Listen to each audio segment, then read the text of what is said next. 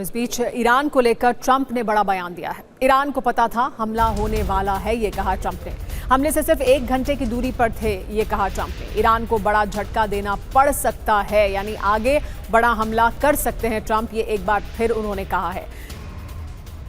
UEM Jaipur एक आदर्श लक्ष्य है। भावी छात्रों के लिए अच्छी नौकरी, भविष्य के लिए तैयार कौशल के साथ अच्छी शिक्षा। तो ट्रंप का खौफनाक प्लान क्या था? 60 मिनट में सर्वनाश। ये प्लान क्या है, समझिए। अमेरिकी राष्ट्रपति ने चेतावनी क्या दी है? ईरान से सिर्फ 1 घंटे की दूरी पर थी सेना, युद्धपोत, एयरक्राफ्ट, हथियार सब लोड हो चुके थे। ईरान जानता था कि 1 घंटे में हमला होगा। सवाल यह है कि जब पूरी तैयारी थी तो हमला क्यों रोका गया? पहली वजह, पश्चिम एशिया के देशों ने हमला रोकने की अपील की।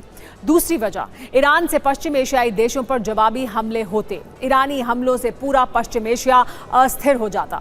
रणनीति क्या है वो समझिए। ऐसे बयान से ईरान पर डील के लिए दबाव बनाना अमेरिका का मकसद है। तो ईरान जंग अब ट्रंप के लिए सियासी इम्तिहान भी बन गई है। अमेरिकी कांग्रेस से ट्रंप के सामने कई चुनौतियां हैं, तो रिपब्लिकन समर्थक अब भी ट्रंप के साथ खड़े हैं। संवाददाता मनीष झा की ये रिपोर्ट देखिए।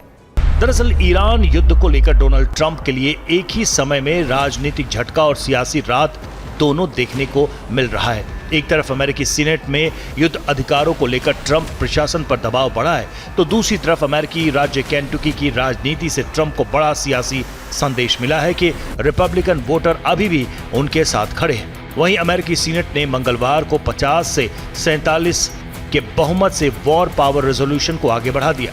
इस प्रस्ताव का मकसद राष्ट्रपति की सैन्य शक्तियों को सीमित करना है, ताकि कांग्रेस की मंजूरी के बिना ईरान के खिलाफ लंबे समय तक सैन्य कार्रवाई रोकी जा सके। इस वोटिंग में 4 रिपब्लिकन सांसदों ने पार्टी लाइन से हटकर डेमोक्रेट्स का समर्थन किया।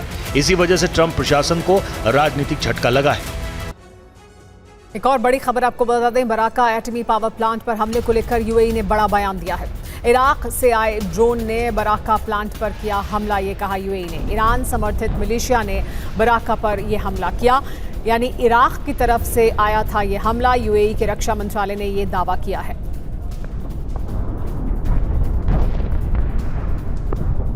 यूएई ने यह भी जानकारी दी कि 6 ड्रोन इंटरसेप्ट किए गए थे यूएई द्वारा। यूएई की तरफ आ रहे 6 ड्रोन यूएई इंटरसेप्ट करने में सफल रहा।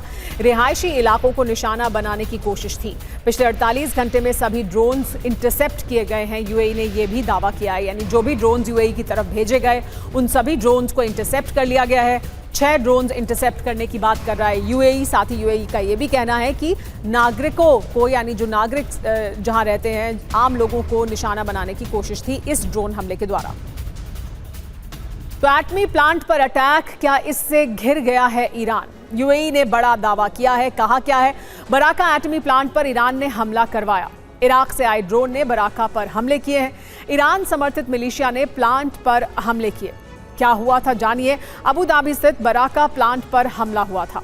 17 मई को प्लांट पर ड्रोन से हमला किया गया था। इस हमले में इलेक्ट्रिकल जनरेटर में आग लग गई थी। हमले से न्यूक्लियर रेडिएशन का खतरा हालांकि नहीं है। बराका यूएई का एकमात्र एटमी पावर प्लांट है। ऊर्जा सुरक्षा के लिहाज से ये यूएई के लिए बहुत महत्वपूर्ण है।